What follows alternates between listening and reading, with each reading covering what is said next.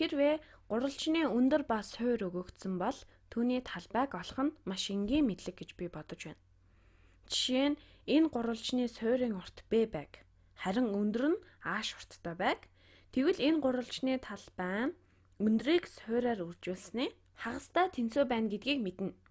Жишээ нь хэрвээ суурийн урт нь 5, харин өндөр нь 6 урттай бол талбай нь 2-ны 1-ийг үржүүлэх нь 5, үржүүлэх нь 6 болох ба 2-ны 1-ийг үржүүлэх нь 30 тэнцүү 15 болно.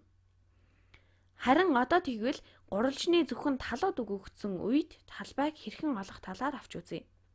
Өндөр өгөгдөөгүй үед гэсэн үг. Жишээ нь зөвхөн талууд өгөгдсөн үед талбайг хэрхэн олох вэ? Энэ талыг А, энэ талыг Б, энэ талыг С урттай гээ. А, Б, С нь эдгээр талуудын урт юм. Хэрхэн олох вэ? Энэ тохиолдолд бид Героны томьёо гэж нэрлэгдэх томьёог хэрэглэдэг. Героны томьёо. Энэ удаагийн бичлэгэнд би энэ томьёоны баталгааг хийхгүй бөгөөд дараагийн бичлэгэндээ түүний баталгааг харуулах болно. Магадгүй та нар энэ томьёог батлах аргыг олсон баха. Энэ бол Пифагорын теорем, мөн бага зэрэг айлгуурын тооцоолол хэрэгтэй. Харин одоо бид танд томьёог харуулж түүнийг хэрхэн хэрэглэхийг үзүүлье. Харин дараа нь та нар энэ нь үнэхээр энгийн бөгөөд цээжлэхэд хэлбэр томьёо гэдгийг ойлгох болно. Энэ томьёо нь хүмүүст их сайхан сэтгэл төрүүлдэг. Героны томьёонд S гэсэн шинэ хувьсагч тодорхойлдог бөгөөд энэ нь үнэн хэрэгтээ периметрийн хагасыг илэрхийлдэг. Өөрөөр хэлбэл А нэмэх нь Б нэмэх нь С хуваах нь 2. Эндээс S-ийг олно. Гурвалжны талбай. Энэ гурвалжны хувьд талбай нь тэнцүү квадрат язгуурын дор S-ийг үржүүлэх нь S хасах нь А, үржүүлэх нь S, хасах нь Б, үржүүлэх нь S-с хасах нь С. Энэ бол Героны томьёо. Энэ нэгдэл. Тэгэхээр энэ бол Героны томьёо. Гэхдээ энэ нь суурийг өндрөөр үржүүлсэний хагасыг авдаг томьёог бодвол жоохон төвөгтэй харагдаж байж магадгүй. Жишээ ажиллацгааж үзье. Гэхдээ энэ нь тийм ч муу биш шүү.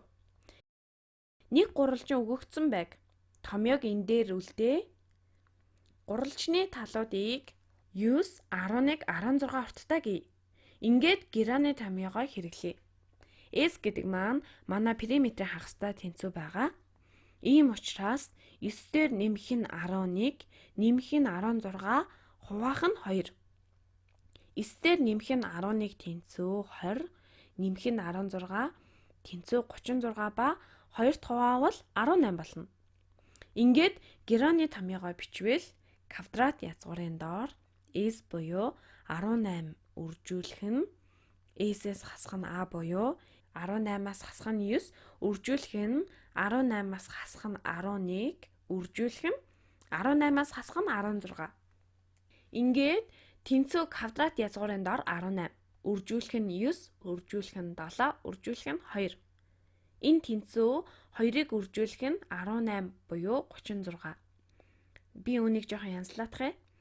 Энэ тэнцүү квадрат язгуурын дор 36, үржүүлэх нь 9, үржүүлэх нь 7 буюу энэ нь язгуурын дор 36 үржүүлэх нь язгуурын дор 9, үржүүлэх нь язгуурын дор 7-тай тэнцүү. 36-гийн язгуур 6. Энэ бол 3. Бид сөрөг язгуурыг авч үзэхгүй. Учир нь талуудын урт сөрөг тоо байж болохгүй. Ингээд энэ тэнцүү 18-ыг үржүүлэх нь язгуурын дор 7 болж байна. Ингээд Героны томьёог хэрэглэн энэ гурвалжны талбай 18 язгуурын дор 7 гэдгийг олоход хэдхэн минут л зарцуулагдаж байна. Ингээд ямар ч байсан танд маш хэрэгцээтэй зүйл болж чадсан гэдэгт итгэлтэй байна.